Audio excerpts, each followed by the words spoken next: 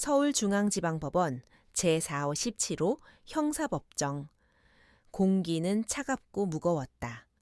모든 소리는 묵직한 원목 벽에 흡수되어 판사의 기침소리 하나까지도 선명하게 들릴 정도의 적막감이 공간을 지배했다.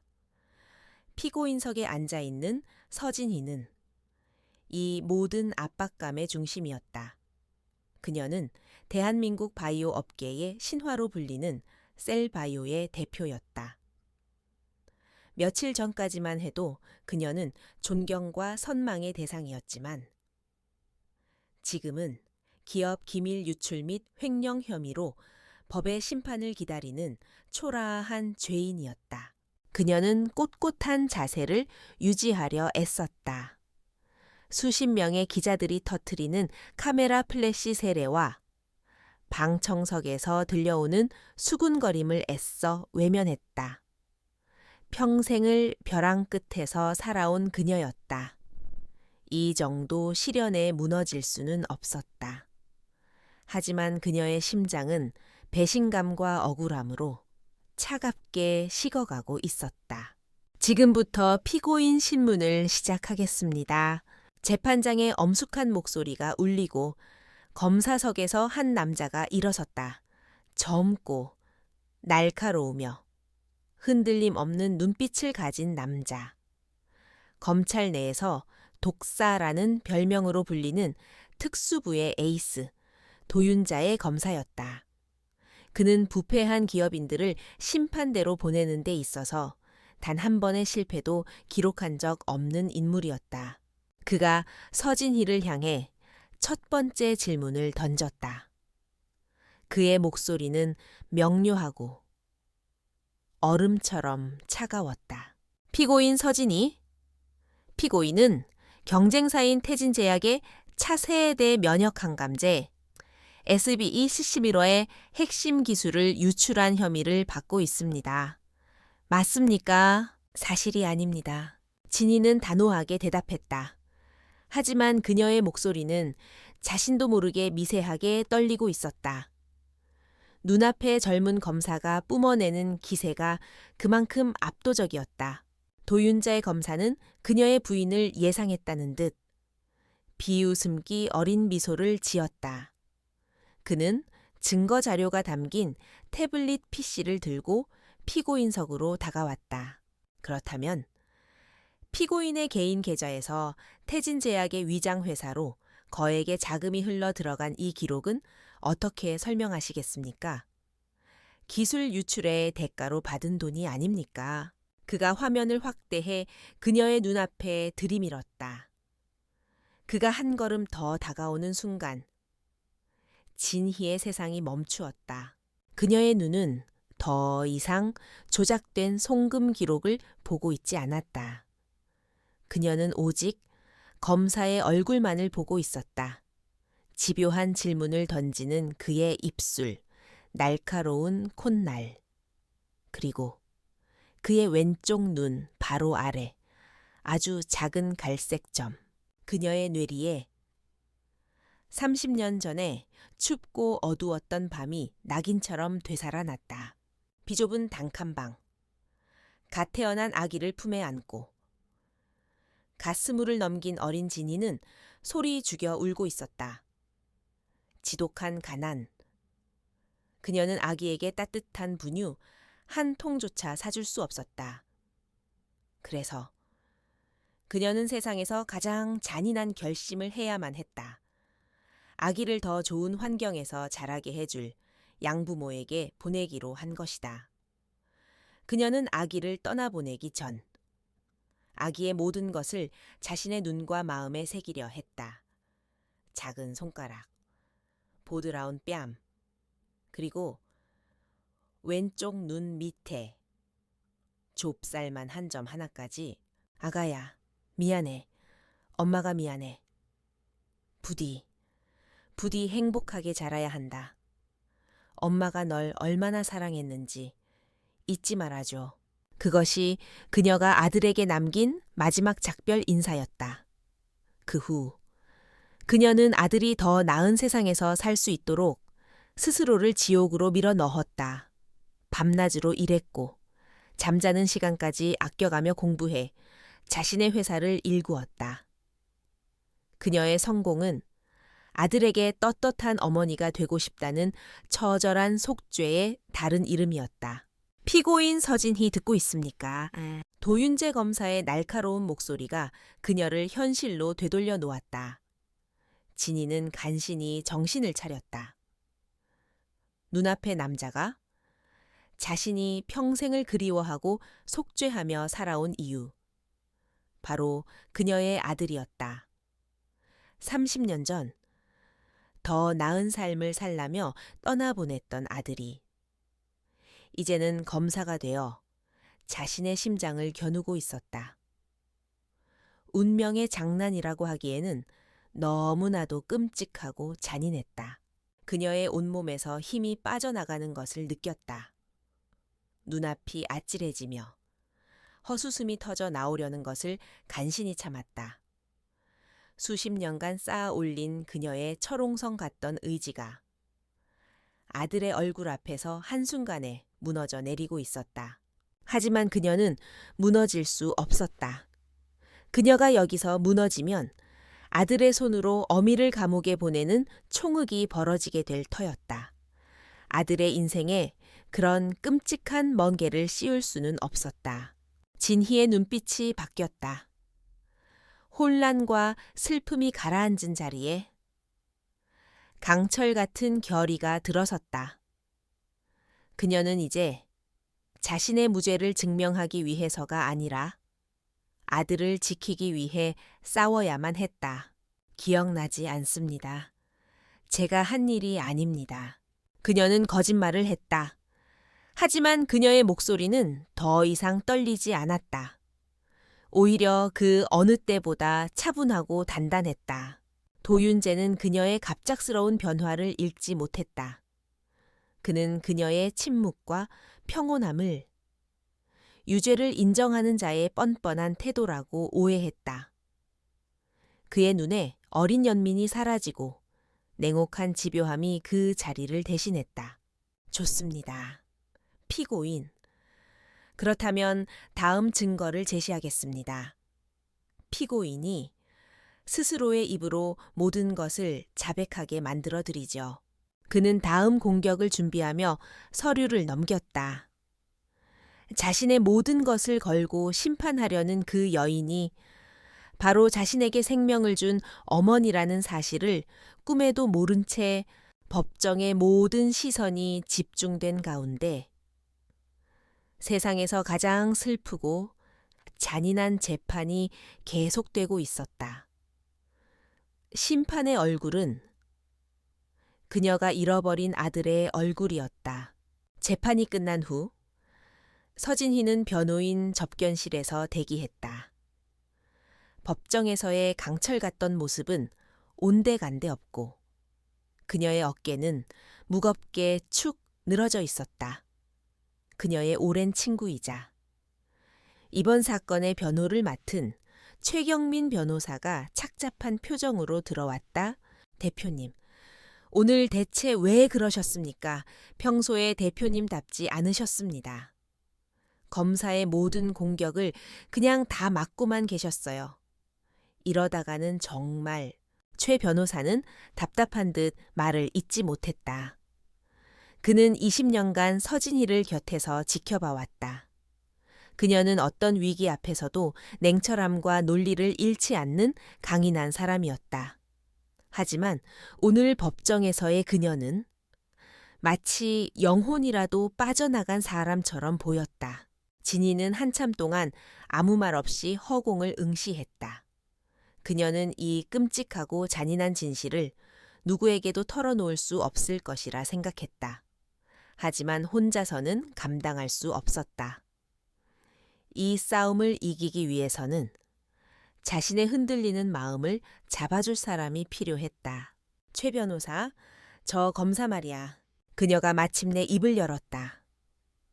그녀의 목소리는 물에 젖은 솜처럼 무거웠다.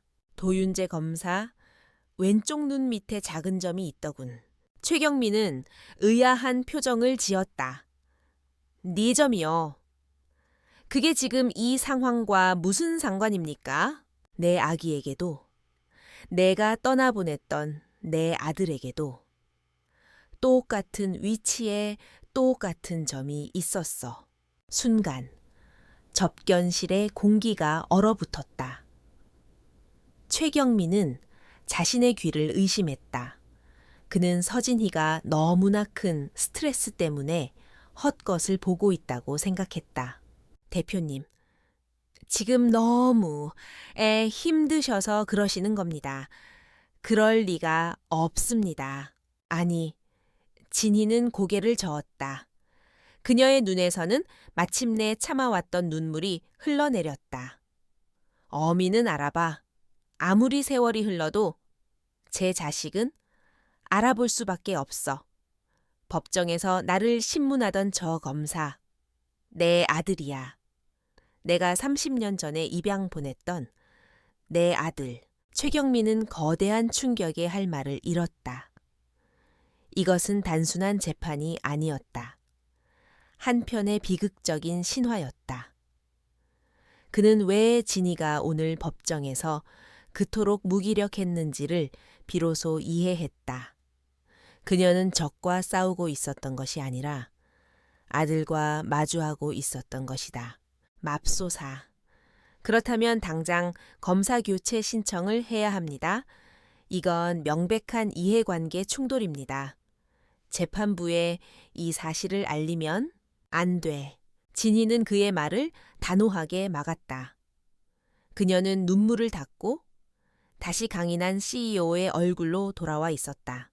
자네는 이 일에 대해 한마디도 입 밖에 내서는 안 돼. 절대로. 하지만 대표님, 생각해봐. 최 변호사. 이 사실이 세상에 알려지면 그 아이의 인생은 어떻게 되겠나?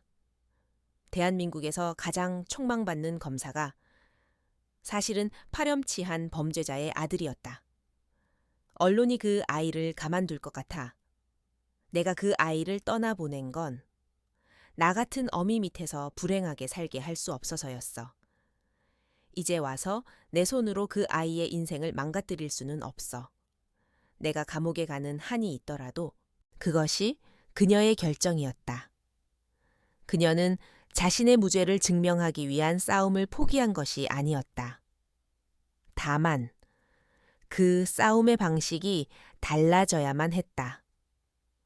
그녀는 이제 아들을 상처 입히지 않으면서 동시에 자신을 올가매는 거대한 음모와 싸워야만 하는 이중의 전쟁을 치러야 했다.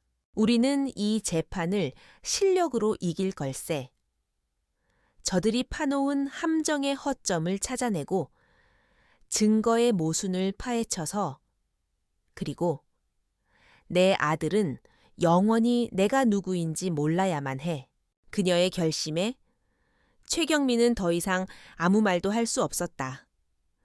그는 다만 자신의 눈앞에 앉아있는 이 가혹한 운명의 여인을 위해 자신의 모든 것을 걸고 싸워야겠다고 다짐할 뿐이었다. 다음 재판일, 법정의 분위기는 더욱 진희에게 불리하게 돌아가고 있었다. 도윤재 검사는 결정적 증인이라며 셀바이오의 전직 연구원 한 명을 증인석에 세웠다. 그는 진희의 지시로 기술 자료를 빼돌렸다고 거짓 증언을 늘어놓았다. 그는 김태준 회장에게 거액의 돈을 받고 위증을 약속한 진희가 가장 아끼던 부하 직원 중 하나였다. 도윤재는 승기를 잡았다는 듯 더욱 날카롭게 진희를 몰아붙였다. 피고인 서진희. 당신의 충직한 부하 직원의 증언입니다. 이제 더 이상 변명할 수 없을 텐데요. 하지만 이번에 진희는 무너지지 않았다. 그녀는 증인을 바라보지 않았다. 그녀는 오직 아들, 도윤재의 얼굴만을 바라보고 있었다. 그녀의 눈은내는 더 이상 피고인의 절망이 아닌 아들이 악의 꼭두각시가 되어 진실을 공격하는 모습을 지켜봐야만 하는 어미의 비통함이 서려 있었다. 그녀는 아들이 보고 있는 거짓의 세계를 깨뜨려주고 싶었다. 그녀는 최경민 변호사에게 작은 목소리로 지시했다. 최 변호사는 고개를 끄덕이고 증인을 향해 질문을 던졌다. 증인. 방금 SB 이센트리의 핵심 기술 자료를 직접 유출했다고 하셨죠. 그렇다면 해당 기술의 기반이 되는 비세포 항원 결정기 서열 분석의 3차 암호화 키 값이 무엇인지 지금 이 자리에서 말씀해 보시죠. 증인의 얼굴이 하얗게 질렸다. 그것은 실제 연구에 참여한 핵심 인력이 아니면 절대 알 수 없는 극비 중의 극비 정보였다. 그는 식은땀을 흘리며 어설픈 변명을 늘어놓았다. 그것은 너무 전문적인 내용이라 그 순간 법정의 모든 사람들이 증인의 위증을 의심하기 시작했다. 그리고 가장 큰 충격을 받은 것은 바로 도윤자의 검사였다. 그는 자신의 완벽한 논리에 처음으로 균열이 가는 것을 느꼈다. 피고인 서진이 그녀는 그저 무기력하게 당하고만 있는 것이 아니었다. 그녀는 마치 자신보다 한 수 위에서 이 모든 판을 꿰뚫어 보고 있는 것만 같았다. 재판이 끝나고 구치소로 돌아가는 길. 진희는 호송차의 작은 창문으로 법원 앞에 서 있는 아들의 모습을 보았다. 그는 혼란스러운 표정으로 허공을 응시하고 있었다. 진희는 차가운 창문에 손을 대었다. 만져지지 않는 아들의 모습을 그녀는 눈물 속에서 간절하게 어루만졌다. 말할 수 없는 진실. 그것은 그녀의 가장 무거운 족쇄이자 동시에 그녀가 이 전쟁에서 버텨내야만 하는 유일한 이유였다. 서진희가 보이지 않는 감옥에서 고통받고 있는 동안 이 모든 비극을 설계한 남자는 자신의 제국 꼭대기에서 와인을 음미하고 있었다. 태진제약의 김태준 회장. 그의 집무실은 남산이 한눈에 내려다 보이는 펜트하우스에 위치해 마치 하늘 위에 떠 있는 궁전과도 같았다. 그는 대형 스크린을 통해 서진희 재판에 대한 뉴스 보도를 지켜보고 있었다. 그가 매수한 증인이 법정에서 실수를 저질렀다는 아나운서의 멘트가 흘러나왔지만 그의 얼굴에는 어떤 동요도 없었다. 그는 그저 잘 닦인 와인잔을 흔들며 나지막이 중걸거렸을 뿐이다. 아마추어 같으니라고 돈 받은 만큼의 값어치는 해야지. 그에게 이 재판은 이미 끝난 게임이었다. 증인의 작은 실수는 게임의 재미를 더하는 사소한 변수일 뿐.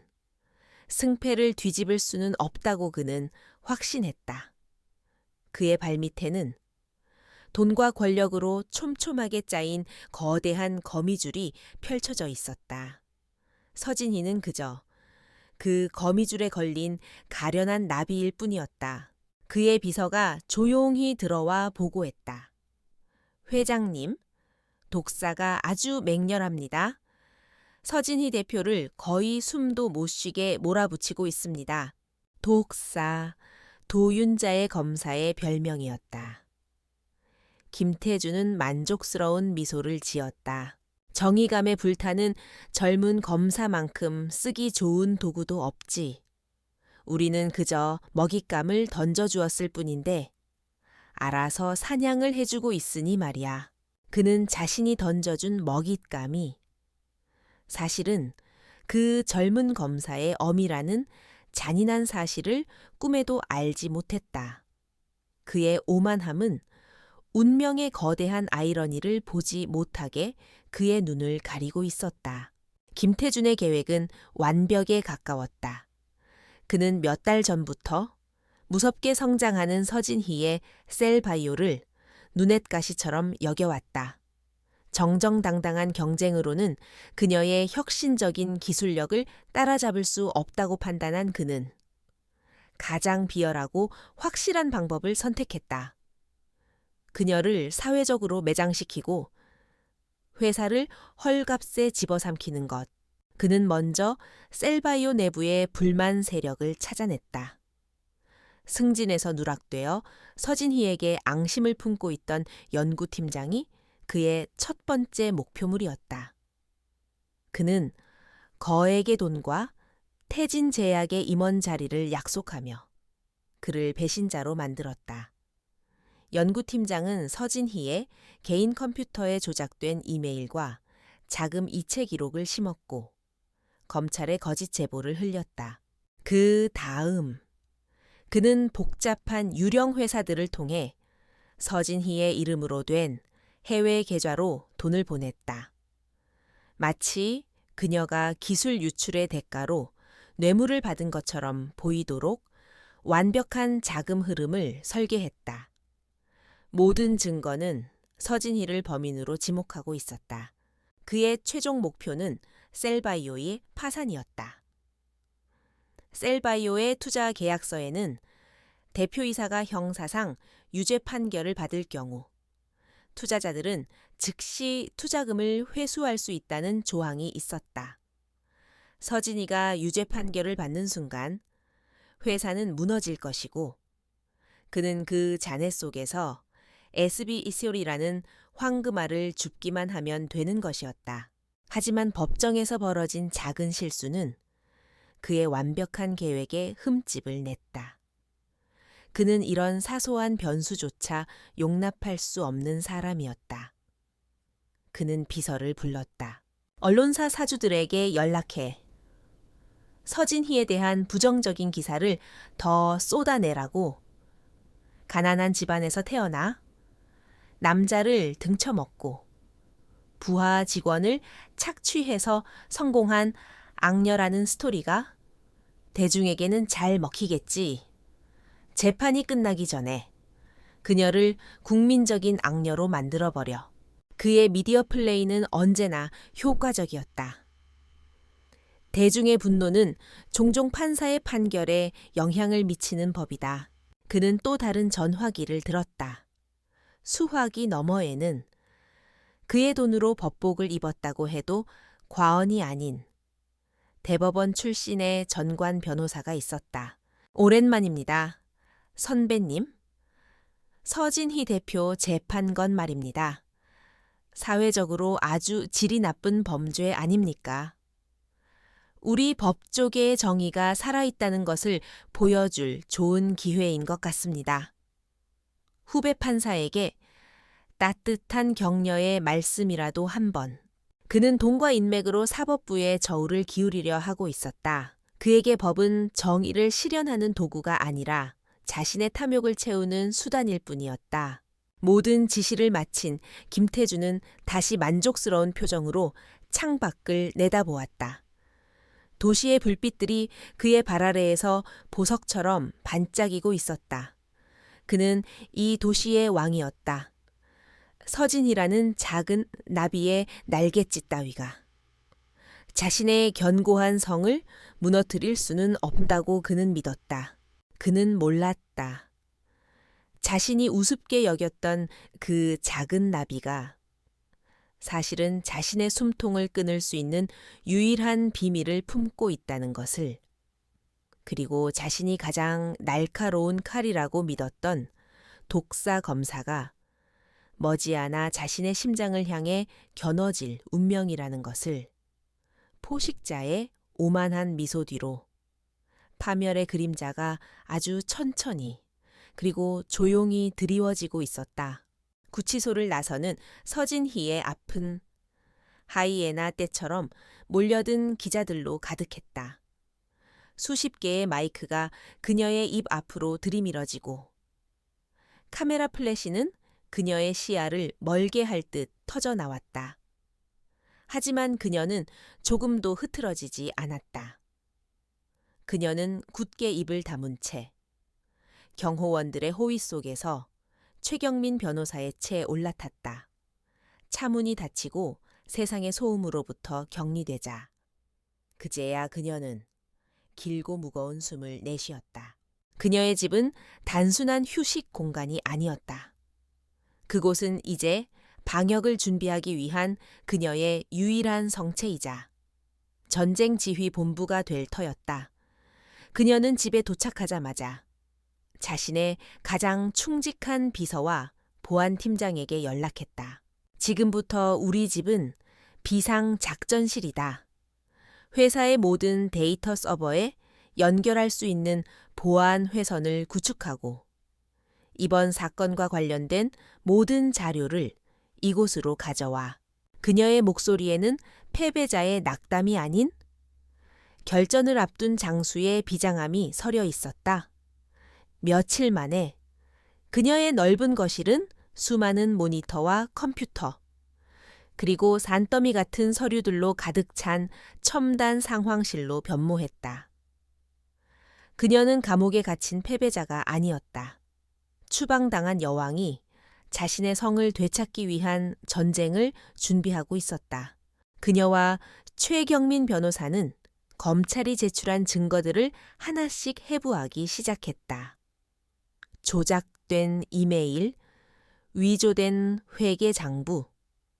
그녀는 자신의 회사 시스템을 누구보다 잘 알았다. 그녀의 날카로운 눈은 적들이 미처 생각지 못한 작은 균열들을 찾아내기 시작했다. 이 이메일에 발신 타임스탬프와 서버 로그에 기록된 접속 시간이 달라. 누군가 외부에서 데이터를 주입한 흔적이야. 이 자금 거래에 사용된 라우팅 코드는 우리가 6개월 전에 폐기한 구형 프로토콜이야. 시점 자체가 맞지 않아. 그녀는 천재적인 전략가였다. 그녀는 적들이 던져놓은 미끼를 역으로 물어뜯으며 그들의 허술함을 파고들었다. 동시에 그녀는 내부의 배신자를 찾기 위한 조용한 사냥을 시작했다. 그녀는 이번 사건의 핵심 정보에 접근할 수 있었던 소수의 임직원 명단을 작성했다. 그리고는 자신의 충직한 비서를 통해 각자에게 서로 다른 거짓 정보를 흘렸다. 그 정보가 검찰이나 언론 쪽으로 흘러 들어가는 경로를 역추적해 쥐새끼를 잡아낼 생각이었다. 낮 동안 그녀는 냉철한 CEO이자 전략가로 보이지 않는 전쟁을 지휘했다. 하지만 모두가 잠든 깊은 밤이 되면 그녀는 다시 평범한, 아니 아들을 그리워하는 비통한 어미로 돌아왔다. 그녀는 보안이 설정된 개인 태블릿을 열고 떨리는 손으로 아들의 이름 도윤재를 검색했다. 화면에는 그녀가 30년간 단 한 번도 보지 못했던 아들의 인생이 파노라마처럼 펼쳐졌다. 가난한 집에 입양되었지만 언제나 전교 1등을 놓치지 않았던 모범생. 어려운 환경 속에서도 불의를 보면 참지 못했던 정의로운 청년. 사법고시를 수석으로 패스하고 모두가 선망하는 대형 로펌 대신 검사의 길을 택한 대쪽 같은 원칙주의자. 그리고 거대 권력의 비리를 파헤쳐 독사라는 별명을 얻게 된 수많은 사건 기록들. 그녀는 아들의 졸업식 사진을 보았다. 인자해 보이는 양부모의 품에 안겨 환하게 웃고 있는 아들의 모습. 그녀는 그 자리에 함께 있어주지 못했다.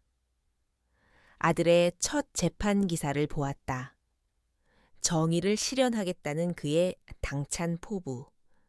그녀는 그 정의의 첫 번째 칼날이 자신을 향하게 될 줄은 꿈에도 몰랐다.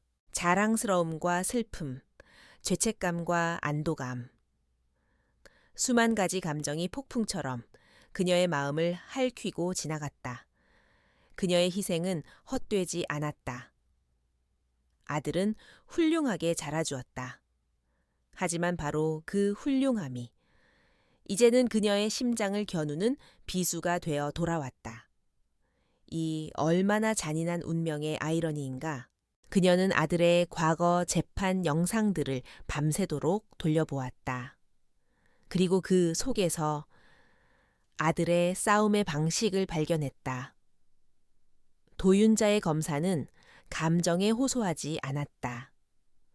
그는 오직 팩트와 논리, 그리고 빈틈없는 증거로 상대를 압박했다. 그 순간 서진이는 깨달았다. 이 재판에서 이기기 위한 유일한 방법을, 저 아이를 이기려면 나는 어미여서는 안 된다. 저 아이보다 더 뛰어난 전략가가 되어야만 해. 감정적인 호소가 아닌 저 아이의 신념을 뿌리부터 뒤흔들 수 있는 완벽한 셔시를 그의 눈앞에 던져주어야 한다. 그녀는 아들의 이성을 이용해 아들 스스로가 이 거대한 거짓의 성을 무너뜨리게 만들어야 했다. 그녀는 아들을 가장 잘 아는 사람이었다. 그리고 그 알을 이제 그녀는 자신의 가장 강력한 무기로 삼기로 결심했다. 늦은 밤, 그녀의 거대한 상황실, 테이블 한쪽에는 복잡한 법률 서류와 기술 분석 자료들이 산처럼 쌓여 있었다. 그리고 다른 한쪽, 그녀의 개인 태블릿 화면에는 양어머니와 함께 웃고 있는 아들의 사진이 띄워져 있었다. 그녀는 화면 속 아들의 얼굴을 향해 만져지지 않는 손을 뻗었다. 그리고는 조용히 태블릿을 덮었다. 어머니의 뜨거운 심장은 다시 깊은 곳으로 가라앉았다. 냉철한 CEO의 두뇌가 다시 전쟁을 지휘하기 시작했다. 김태준 회장이 뿌린 돈의 힘은 막강했다. 언론은 연일 서진이를 부도덕한 기업인으로 몰아세웠고 그녀가 쌓아 올린 모든 성과는 탐욕의 결과물로 폄훼되었다. 여론은 완전히 그녀에게 등을 돌렸다. 법정의 공기 역시 마찬가지였다. 도윤자의 검사는 승리를 확신하고 있었다. 그는 오늘 이 사건의 마침표를 찍을 결정적 증인을 법정에 세울 터였다. 증인 안지훈 박사님을 모시겠습니다. 증인석에 앉은 남자를 보는 순간 서진희의 가슴에 날카로운 통증이 느껴졌다. 안지훈 박사. 그녀가 직접 발굴하고 자신의 오른팔처럼 신뢰하며 셀바이오의 연구개발, 총괄 책임자로 키워낸 인물이었다. 그녀의 모든 것을 알고 있는 남자가 이제 그녀를 향해 칼을 겨누고 있었다. 안지훈은 태진제약의 변호인단이 짜준 각본대로 유창하고 설득력 있게 거짓 증언을 이어나갔다. 그는 서진희 대표가 직접 자신을 불러 거액의 성공 보수를 약속하며 SB17의 데이터를 복사해 넘기라고 지시했다고 말했다. 그는 당시의 날짜와 시간, 장소, 심지어 그녀가 했다는 말까지 구체적으로 묘사했다. 증거물로. 그날의 상황을 기록했다는 조작된 개인 업무일지까지 제출했다. 그의 증언은 너무나도 구체적이어서 법정의 모든 사람들은 서진희의 유죄를 확신하는 분위기였다. 도윤재 검사의 입가에 승자의 미소가 떠올랐다. 이제 변호인 측의 반대 신문 시간이었다. 최경민 변호사는 자리에서 일어났다. 그는 먼저 안지훈의 경력과 서진희와의 관계에 대해 물으며 그의 긴장을 풀어주었다. 안지훈은 모든 질문에 자신만만하게 대답했다. 그때 피고인석의 서진희가 초의 변호사를 향해 몸을 기울여 아주 작은 목소리로 무언가를 속삭였다. 초의 변호사의 눈이 순간 커졌다가 이내 결의에 찬 표정으로 바뀌었다.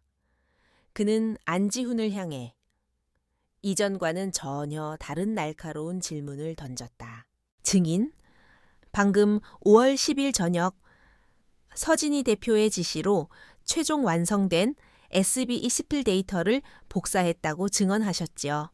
네, 그렇습니다.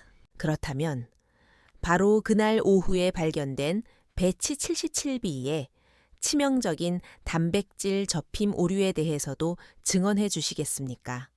당시 그 오류는 너무나도 심각해서 그 주에 생산된 모든 데이터를 폐기하고 이전 버전으로 롤백해야만 했습니다.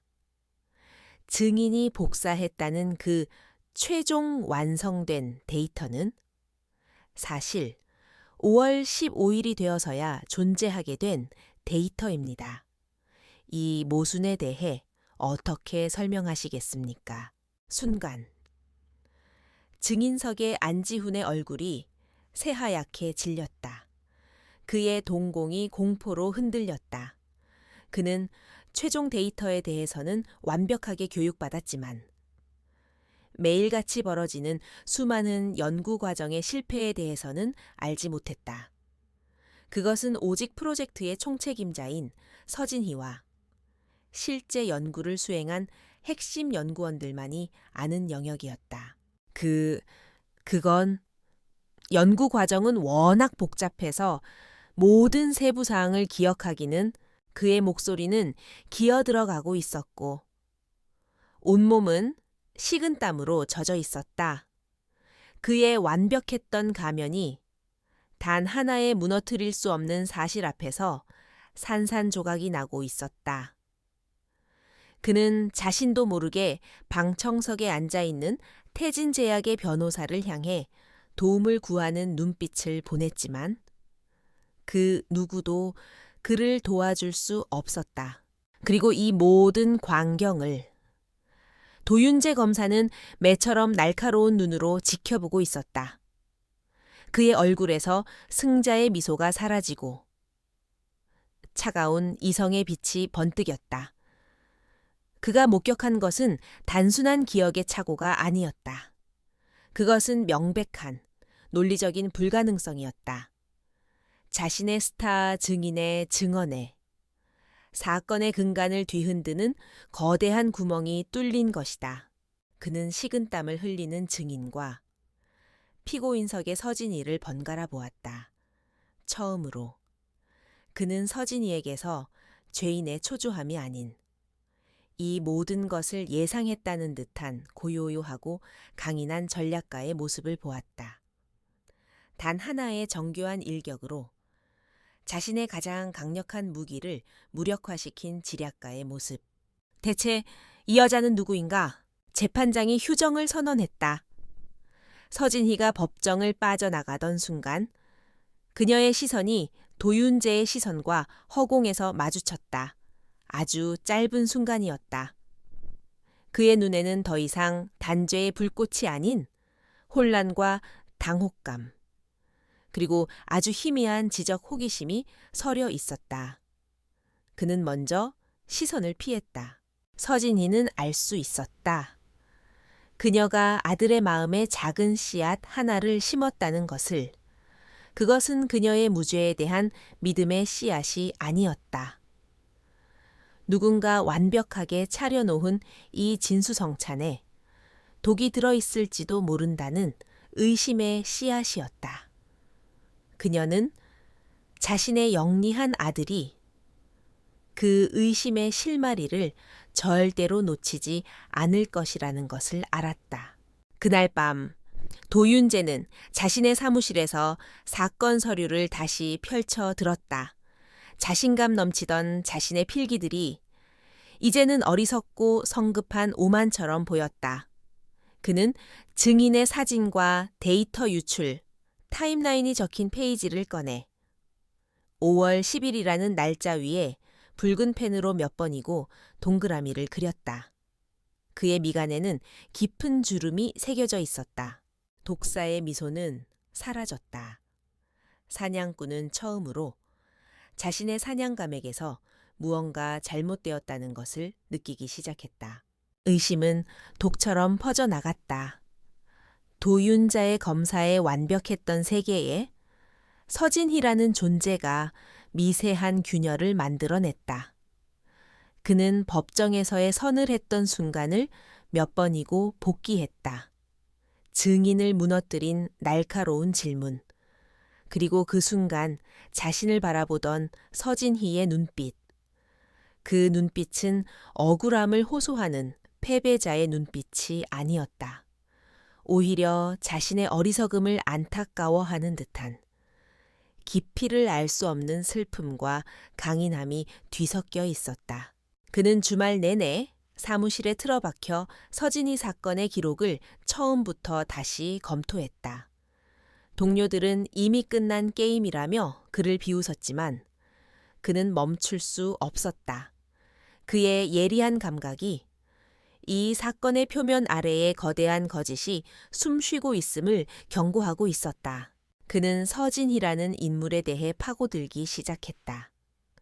언론이 떠들어대는 탐욕스러운 악녀의 모습 뒤에 그녀의 진짜 인생이 있었다. 30년 전 맨손으로 시작해 대한민국 최고의 바이오 기업을 일군 입지전적인 인물. 수많은 특허 기술. 그리고 무엇보다 업계에서 존경받을 정도의 철저한 윤리 경영 원칙. 그녀가 걸어온 길은 이번 사건에서 드러난 파렴치한 범죄자의 모습과는 너무나도 달랐다. 모순이었다. 그리고 도윤재는 모순을 용납하지 못하는 사람이었다. 너무 파고들지 마. 도 검사, 김태준 회장. 보통 인물이 아니야. 잘못 건드렸다간 자네만 다쳐. 선배 검사의 충고가 귓가를 스쳤지만 그는 이미 멈출 수 없었다. 이것은 더 이상 단순한 사건이 아니었다. 진실을 향한 그의 신념과 검사로서의 자존심이 걸린 싸움이 되어버렸다. 일요일 오후 무거운 마음으로 그는 양부모님이 계시는 집으로 향했다. 그의 양어머니는 법정에서는 독사라 불리는 아들이 사실은 누구보다 마음이 여리다는 것을 아는 유일한 사람이었다. 그녀는 아들의 지친 얼굴에서 무언가 큰 고민이 있음을 직감했다. 저녁 식사 후 어머니는 그를 조용히 서재로 불렀다. 그녀는 낡은 나무 상자 하나를 그의 앞에 꺼내 놓았다. 상자에서는 희미하게 나프탈렌 냄새가 났다. 네가 우리 집에 처음 왔을 때 네가 가지고 있던 유일한 물건들이란다. 도윤재는 처음 보는 상자였다. 그는 자신이 완전한 고아라고만 알고 있었다. 그동안은 네가 혹시라도 혼란스러워할까 봐 꺼내지 않았어. 하지만 이제 너도 다 컸고 혹시 이게 지금 네가 하는 일에 어떤 실마리가 될지도 모르겠다는 생각이 들더구나. 그는 떨리는 손으로 상자를 열었다. 안에는 낡은 베네 저고리와 닳아서 거의 해진 아기 신발 한 켤레가 들어 있었다. 그리고 그 아래 부드러운 천에 쌓인 작은 물건 하나가 있었다. 그는 조심스럽게 천을 풀었다. 그의 손바닥 위로 작고 오래된 은목걸이 하나가 모습을 드러냈다. 세월의 흐름에 검게 변색되었지만 펜던트의 섬세한 세공은 여전히 아름다움을 잃지 않고 있었다. 펜던트는 막 떠오르는 어린 태양의 모양이었다. 그는 무심코 펜던트 뒷면을 살펴보았다. 그리고 그 순간 그의 숨이 멎었다. 아주 작고 희미한 글씨. 전문 장비가 없으면 읽기 힘들 정도였지만 그의 날카로운 눈은 그 글씨를 놓치지 않았다.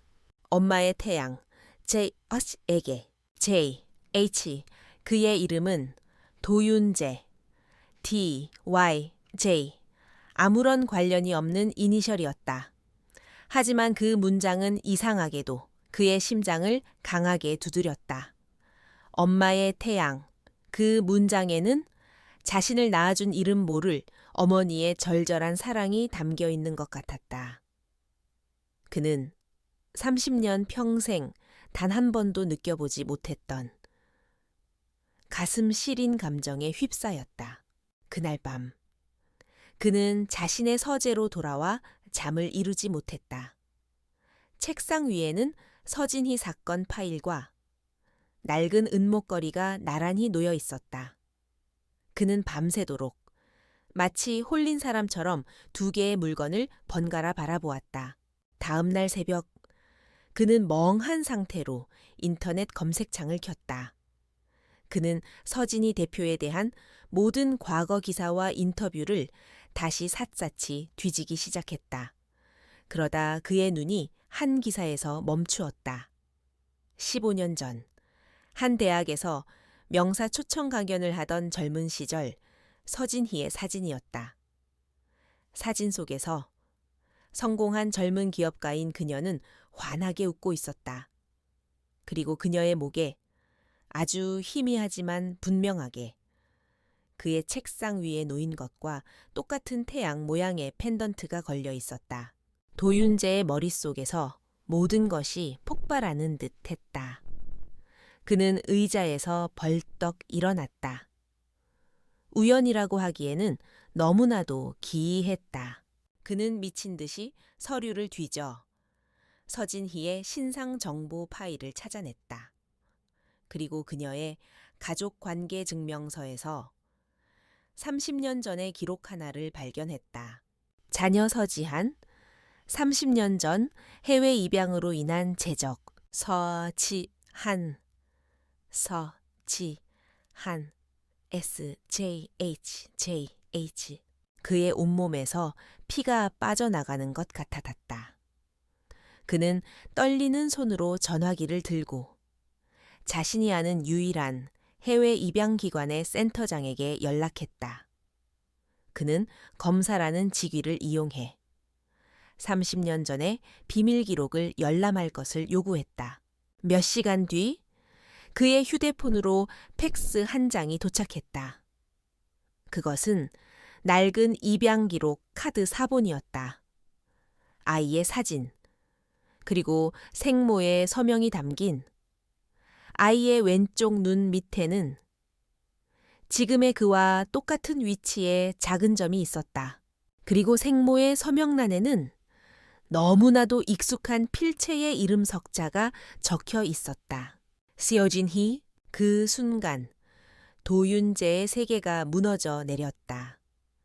자신이 그토록 경멸하고 자신의 손으로 직접 심판하려 했던 저 여인, 자신의 모든 것을 걸고 유죄를 입증하려 했던 저 범죄자, 그녀가 바로 자신을 낳아준 어머니였다. 도윤재 검사의 세계는 흑과 백, 선과 악, 유죄와 무죄로 명확하게 나뉘어 있었다. 그는 법이라는 절대적인 잣대로 세상을 재단하는 사람이었다. 하지만 그 견고했던 세계가 낡은 은목걸이 하나와 빛바랜 입양 서류 한 장 앞에서 산산조각이 났다.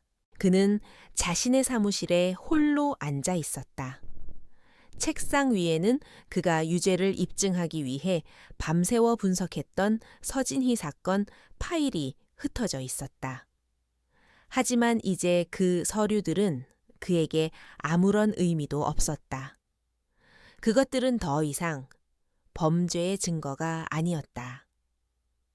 30년 전, 한 여인이 자신의 아이에게 더 나은 삶을 주기 위해 스스로를 희생해야만 했던 한 편의 슬픈 역사서일 뿐이었다. 그는 목걸이를 손에 꼭 쥐었다. 엄마의 태양.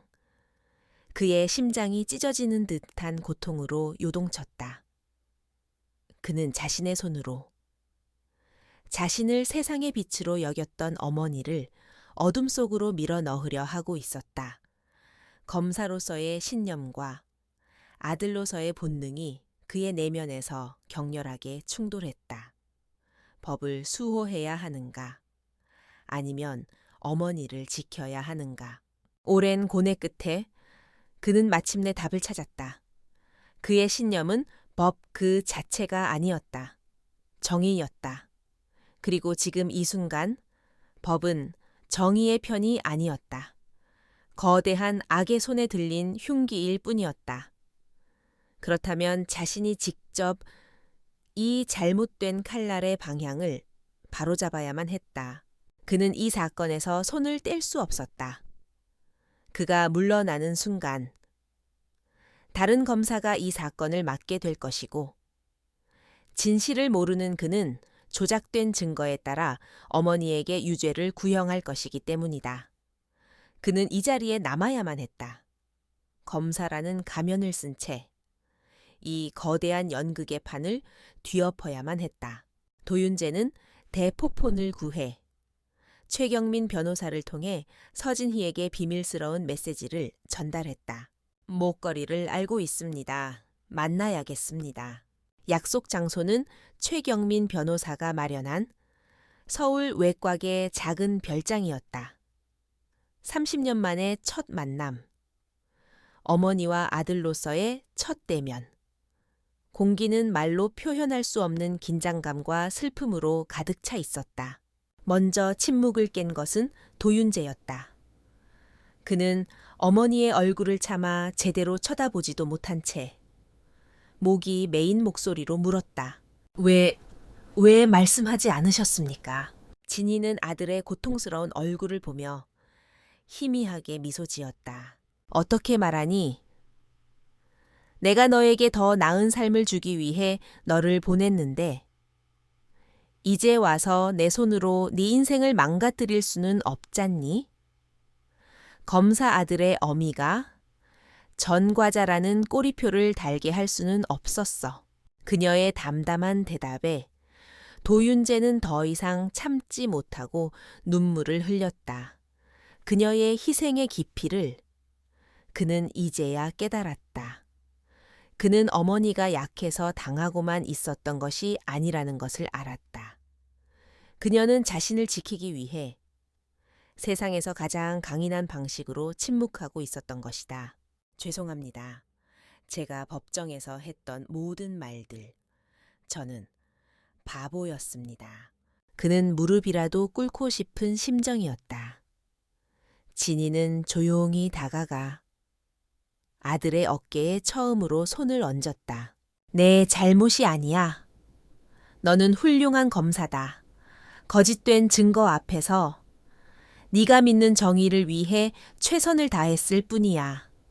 나는 그런 네가 자랑스럽단다. 어머니의 따뜻한 위로에 도윤재는 30년간 닫혀있던 마음의 문이 열리는 것을 느꼈다. 어색하고 고통스러운 재회는 그렇게 서로에 대한 깊은 이해로 서서히 바뀌어가고 있었다. 그들은 마침내 본론으로 들어갔다. 도윤재는 자신의 계획을 밝혔다. 저는 계속해서 이 사건의 검사로 남을 겁니다. 세상 앞에서는 저는 여전히 어머니의 적일 겁니다. 하지만 어둠 속에서 저는 어머니의 칼이 되겠습니다. 저에게는 국가가 부여한 힘이 있습니다. 압수수색 영장을 발부하고 계좌를 추적하고 누구든 소환해서 조사할 수 있습니다. 제가 가진 모든 권한을 이용해 김태준의 실체를 밝혀내겠습니다. 그것은 위험천만한 계획이었다. 발각되는 순간 그의 검사 인생은 물론 모든 것이 끝장날 터였다. 하지만 그는 두렵지 않았다. 이제 그들은 세 사람이었다. 거대한 그림을 그리는 전략가인 어머니, 서진이, 법의 방패 뒤에서 그녀를 보호하는 변호사, 최경민, 그리고 적의 심장부로 파고들 수 있는 국가의 칼, 아들, 도윤재, 완벽한 팀이 결성된 것이다. 비밀회동을 마치고 별장을 나서는 도윤재의 발걸음은 더 이상 흔들리지 않았다.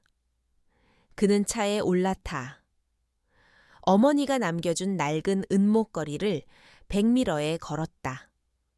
엄마의 태양. 그는 이제 그 의미를 알았다. 그는 자신의 수사팀에 전화를 걸었다. 그의 목소리는 이전의 냉혹함과는 다른 차갑고 예리한 결의로 가득 차 있었다. 안지훈 박사에 대한 조사를 원점에서 다시 시작한다. 지난 5년간의 모든 금융거래 내역을 샅샅이 뒤져 무언가 놓친 것이 있어. 그리고 태진제약 김태준 회장에 대한 내사 파일을 준비해 그 영감에 대한 모든 것을 알고 싶다. 사소한 먼지 하나까지 전부. 검사의 딜레마는 끝났다. 그는 자신의 편을 정했다. 진실의 편, 그리고 어머니의 편. 연합은 비밀리에 그리고 완벽하게 움직였다. 밤늦은 시간, 최경민 변호사의 안전가옥에 세 사람이 모였다. 전략가인 어머니 서진희, 법의 방패인 변호사 최경민, 그리고 국가의 칼인 아들 도윤재. 김태준이 심어놓은 증거들은 너무 완벽해서 오히려 부자연스러워. 놈은 분명 자신의 연구소 어딘가에 우리가 훔쳤다고 주장하는 그 데이터의 원본을 숨겨두었을 거야. 자신들의 오리지널 기술이라는 것을 입증하기 위한 보험용으로 말이지. 서진희는 태진제약의 조직도와 연구소의 도면을 펼쳐놓고 한 지점을 가리켰다.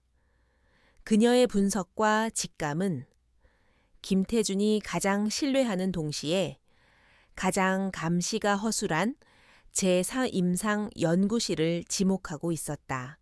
도윤재는 어머니의 정보를 바탕으로 움직였다. 검사로서의 그의 명성은 그의 가장 강력한 무기였다. 모두가 그가 서진희의 유죄를 입증하기 위해 더욱 철저하게 수사한다고 믿었다. 김태준 회장조차 자신의 사냥개가 사냥감을 향해 마지막 일격을 준비한다고 생각했다. 도윤재는 먼저 위증을 했던 안지훈 박사의 자택과 사무실을 압수수색했다. 그는 안지훈의 모든 금융거래 내역을 파헤쳤고 마침내 태진제약의 유령 회사로부터 거액이 흘러 들어간 차명 계좌를 발견해냈다. 배신자의 꼬리가 잡힌 것이다. 그리고 그는 서진희가 지목했던 바로 그 제3임상 연구실에 대한 압수수색 영장을 발부받았다. 명분은 피고인 서진희가 훔친 기술 데이터의 원본을 찾기 위함이었다. 태진제약의 연구소는 발칵 뒤집혔다. 도윤재는 데이터를 찾는 척하며 연구원들의 표정을 하나하나 훑었다. 그는 불안과 죄책감에 흔들리는 한 젊은 여성 연구원의 눈빛을 놓치지 않았다. 그녀의 이름은 이수연. 양심과 실력은 있지만 아직 권력에 완전히 물들지 않은 젊은 과학자였다. 도윤재는 그녀를 참고인 자격으로 소환했다. 차가운 취조실, 그는 그녀를 다그치지 않았다. 대신 그가 찾아낸 증거들을 그녀의 눈앞에 펼쳐 보였다. 이수연 박사, 나는 당신이 진실을 알고 있다는 것을 압니다. 김태준 회장은 당신들의 고귀한 연구를 한 무고한 사람을 파멸시키기 위한 살인의 도구로 사용하고 있습니다. 과학자로서 당신의 연구가 이런 식으로 더럽혀지는 것을 정말 묵인할 수 있습니까? 그의 말은 그녀의 마지막 남은 양심을 흔들었다. 이수연은 오랫동안 죄책감에 시달려왔다. 그녀는 결국 무너지며 모든 것을 털어놓았다. SB77. 데이터는 셀바이오에서 훔친 것이 아니라 사실은 태진제약에서 실패하여 폐기했던 프로젝트였으며 김태준 회장이 셀바이오의 성공을 질투해 모든 것을 조작했다는 사실을 마침내 마지막 재판의 날이 밝았다. 법정은 방청객과 기자들로 발 디딜 틈이 없었다. 모두가 독사, 도윤재 검사가 피고인 서진희에게 어떤 마지막 일격을 날릴지 숨죽여 지켜보고 있었다. 방청석 한가운데에는 자신의 승리를 확신하는 김태준 회장이 오만한 미소를 지으며 앉아 있었다. 도윤재가 자리에서 일어났다. 그의 시선은 피고인석이 아닌 재판장을 향해 있었다. 재판장님, 최종 노고에 앞서 검찰은 예정에 없던 마지막 증인을 신청하는 바입니다. 최경민 변호사가 의아하다는 듯 형식적인 이의를 제기했지만 재판장은 흥미로운 표정으로 그의 신청을 받아들였다. 증인석에 불려 나온 사람은 태진제약의 연구원 이수연이었다.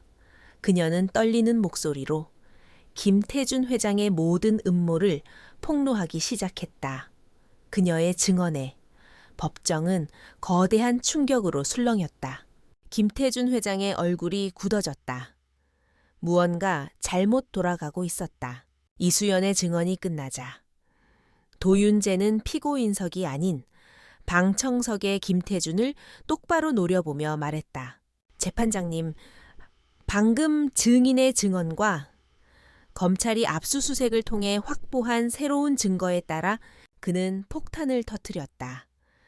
태진제약의 유령 회사가 안지훈 박사에게 돈을 보낸 자금 이체 기록, 서진희를 함정에 빠뜨리라는 김태준의 지시가 담긴 내부 회의록, 그리고 태진의 변호인단이 증인에게 위증을 교육시키는 녹음 파일까지 모든 증거 제시가 끝난 후 도윤재는 법정 전체가 울리도록 힘주어 말했다. 이에 검찰은 피고인 서진희에 대한 모든 공소를 취하하여 주실 것을 재판부에 요청하는 바입니다. 법정은 경악으로 가득 찼다. 하지만 그의 심판은 거기서 끝나지 않았다. 그는 재판장을 향해 몸을 돌려 마지막 일격을 날렸다. 나아가 검찰은 본 법정에서 제시된 증거들을 바탕으로 태진제약과 김태준 회장에 대해 위계에 의한 공무집행방해, 증거인멸 및 위조, 무고, 기업 기밀 탈취 미수 등 모든 혐의에 대한 즉각적인 강제 수사에 착수할 것을 선언하는 바입니다. 그 순간 법정은 통제불능의 아수라장이 되었다. 기자들의 고함과 카메라 플래시가 터져 나왔다. 김태준 회장은 분노와 배신감으로 일그러진 얼굴로 자리에서 벌떡 일어났다. 자신이 완벽하게 통제하고 있다고 믿었던 도구에게 공개적으로 목이 잘리는 순간이었다. 그 혼돈의 한가운데에서 서진이는 아들을 바라보았다. 도윤재가 그녀를 향해 아주 희미하게, 그러나 분명하게 고개를 끄덕였다. 그것은 30년 만에 아들이 어머니에게 보내는 첫 번째 신호였다. 당신은 이제 안전하다는, 내가 당신을 지켜냈다는. 사냥꾼은 수호자가 되었다. 판은 완벽하게 뒤집혔다. 도윤재 검사가 던진 폭탄은 법정뿐만 아니라 대한민국 전체를 뒤흔들었다. 법정은 순식간에 아수라장으로 변했다. 기자들은 미친 듯이 셔터를 눌러댔고 방청석에 있던 김태준 회장은 경악과 분노로 일그러진 얼굴로 경호원들에게 둘러싸여 법정을 빠져나가려 했다. 하지만 그의 앞길은 이미 영장을 들고 대기하고 있던 다른 검사들에 의해 가로막혔다. 김태준 회장님, 방금 도윤재 검사가 제기한 모든 혐의에 대해 긴급 체포합니다. 한때 대한민국을 호령하던 제왕의 너무나도 허무한 마지막이었다. 그는 기자들의 질문 세례 속에서 굴욕적으로 검찰 호송차에 올라탔다. 언론은 독사의 반란이라며 도윤재를 영웅으로 떠받들었다. 거대 권력의 심장부에 비수를 꽂은 정의로운 검사. 하지만 그 연궁은 이 모든 소란의 중심에서 조용히 자신의 어머니를 바라보고 있었다. 혼돈 속에서 서진희와 도윤재의 시선이 다시 한번 마주쳤다. 이번에는 어떤 벽도, 어떤 거짓도 없었다. 30년의 세월을 뛰어넘어 아들이 어머니에게 보내는 존경과 미안함, 그리고 어머니가 아들에게 보내는 고마움과 자랑스러움이 담긴 길고 깊은 눈맞춤이었다. 김태준의 몰락은 신속하고 완전했다. 그가 체포되자 그가 쌓아 올린 모래성은 파도에 휩쓸리듯 무너져 내렸다. 위증을 했던 안지훈 박사는 자신의 죄를 자백하며 김태준의 모든 범죄를 폭로했다. 그의 비호 아래 있던 정재계 인사들은 모두 그에게 등을 돌렸다. 태진제약의 주식은 휴지 조각이 되었고 그의 제국은 공중분해되었다. 정의는 더디지만 반드시 온다는 것을 세상은 목격했다. 하지만 도윤자의 역시 자신의 행동에 대한 책임을 져야만 했다. 그는 피고인과 사적으로 접촉했으며 검사로서의 권한을 공식적인 절차를 벗어나 사용했다. 그는 검찰 내부의 징계위원회에 회부되었다. 저는 절차를 위반했습니다. 그는 징계위원회 앞에서 어떤 변명도 하지 않았다. 하지만 저는 법의 진정한 정신을 지켰다고 믿습니다. 진실을 밝히고 무고한 사람을 지켜내는 것, 그것이 검사의 존재 이유라고 생각합니다. 다시 같은 상황이 온다 해도 저는 똑같은 선택을 할 것입니다. 그의 당당한 태도에 징계위원들은 아무 말도 하지 못했다. 그의 행동은 분명 절차적으로 문제가 있었지만 결과적으로는 검찰 조직 전체의 명예를 드높인 영웅적인 행위였기 때문이다. 결국 검찰은 국민적인 영웅이 된 그를 파면하는 대신 정직 3개월이라는 가벼운 징계를 내렸다. 그것은 질책의 의미보다는 그에게 잠시 쉴 시간을 주는 배려에 가까웠다. 한편 모든 혐의를 벗은 서진희는 자신의 회사 셀바이오로 돌아왔다. 그녀가 회사 로비에 들어서는 순간 모든 임직원들이 나와서 뜨거운 박수와 환호로 그녀를 맞이했다. 파산 직전까지 갔던 회사는 그녀의 귀환과 함께 기적적으로 회생했다. 하지만 그녀는 더 이상 예전처럼 일에만 매달리지 않았다. 그녀의 마음속에는 이제 회사보다 더 소중한 것이 자리 잡고 있었기 때문이다. 징계가 결정된 다음 날, 도윤재와 서진이는 처음으로 법정이 아닌 다른 곳에서 마주 앉았다. 북적이는 도심을 벗어난 고즈넉한 한옥 찻집이었다. 피고인과 검사라는 무거운 갑옷을 벗어 던진 두 사람은 30년의 세월을 사이에 둔 어색한 타인이었다. 먼저 침묵을 깬 것은 진희였다. 고맙다, 아들아. 나를 구해줘서, 그리고 이렇게 훌륭한 사람이 되어주어서. 그녀의 목소리에는 한 사람의 어머니로서 느낄 수 있는 모든 자랑스러움과 고마움이 담겨 있었다. 도윤재는 찻잔만 내려다보며 멋쩍게 대답했다. 제가 한 일은 아무것도 없습니다. 당연한 일을 했을 뿐입니다. 그는 잠시 망설이다가 마음속에 품어왔던 질문을 어렵게 꺼냈다. 제가 아기였을 때는 어땠습니까? 그 질문에 진희의 얼굴에 30년 만에 처음으로 환한 미소가 피어났다. 그녀는 마치 어제 일처럼 아들의 어린 시절에 대해 이야기하기 시작했다. 유난히 웃음이 많았던 것, 작은 손으로 자신의 손가락을 꽉 쥐던 힘, 그리고 그녀가 불러주던 자장가를 들으며 잠들던 평화로운 얼굴까지 도윤재는 자신의 잃어버린 과거를 어머니의 목소리를 통해 비로소 되찾고 있었다. 그것은 아프지만 더없이 따뜻한 시간이었다. 찻집을 나설 때 그들 사이의 어색함은 많이 사라져 있었다.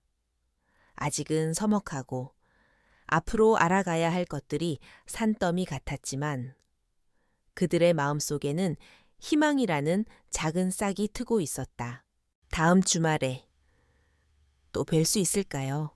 도윤재가 용기를 내어 물었다. 진희는 세상에서 가장 행복한 미소를 지으며 대답했다. 물론이지, 내 아들. 전쟁은 끝났다.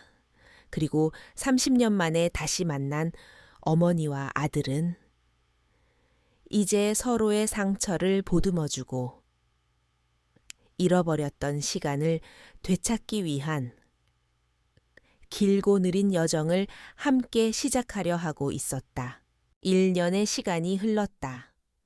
대한민국을 뒤흔들었던 거대한 스캔들은 역사의 한 페이지로 넘어갔고 사람들은 새로운 뉴스에 열광하고 또 잊어갔다. 하지만 폭풍이 휩쓸고 지나간 자리에 어떤 이들의 세상은 완전히 새롭게 재편되어 있었다. 계절은 봄이었다. 서진희의 셀바이오 연구소 창밖으로 앙상했던 나뭇가지에 연두빛 새싹이 돋아나고 있었다.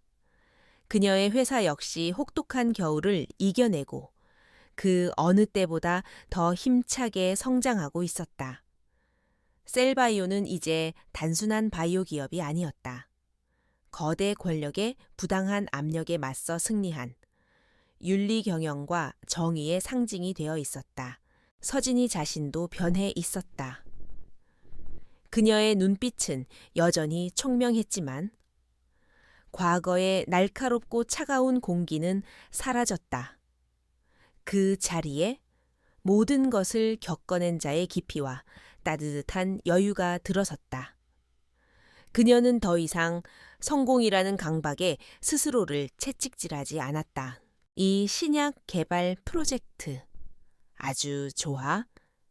특히 수익금의 일부를 저소득층 아동 환자들을 위해 지원한다는 발상이 마음에 드는군. 그녀는 회의를 주재하며 이전에는 생각지도 못했을 나눔에 대해 이야기하고 있었다. 그녀의 변화는 회사의 모든 분위기를 바꾸어 놓았다. 도윤자의 역시 새로운 길을 걷고 있었다. 3개월의 정직이 끝난 후 그는 모두의 예상을 깨고 화려한 특수부가 아닌 아무도 주목하지 않는 여성 아동 범죄 조사부로 자리를 옮겼다. 더 이상 독사라는 별명으로 불리지 않았지만 그는 그 어느 때보다 더 진정한 검사가 되어 있었다. 그는 더 이상 거대한 악을 심판하는 것에서만 보람을 느끼지 않았다. 그는 사회의 가장 약한 곳에서 상처받은 아이들의 목소리에 귀 기울이고 그들의 눈물을 닦아주는 일에서 정의의 새로운 의미를 배우고 있었다. 과거의 그는 법으로 세상을 심판했지만 지금의 그는 법으로 사람을 지키고 있었다. 그리고 무엇보다 어머니와 아들의 관계도 서서히 제자리를 찾아가고 있었다.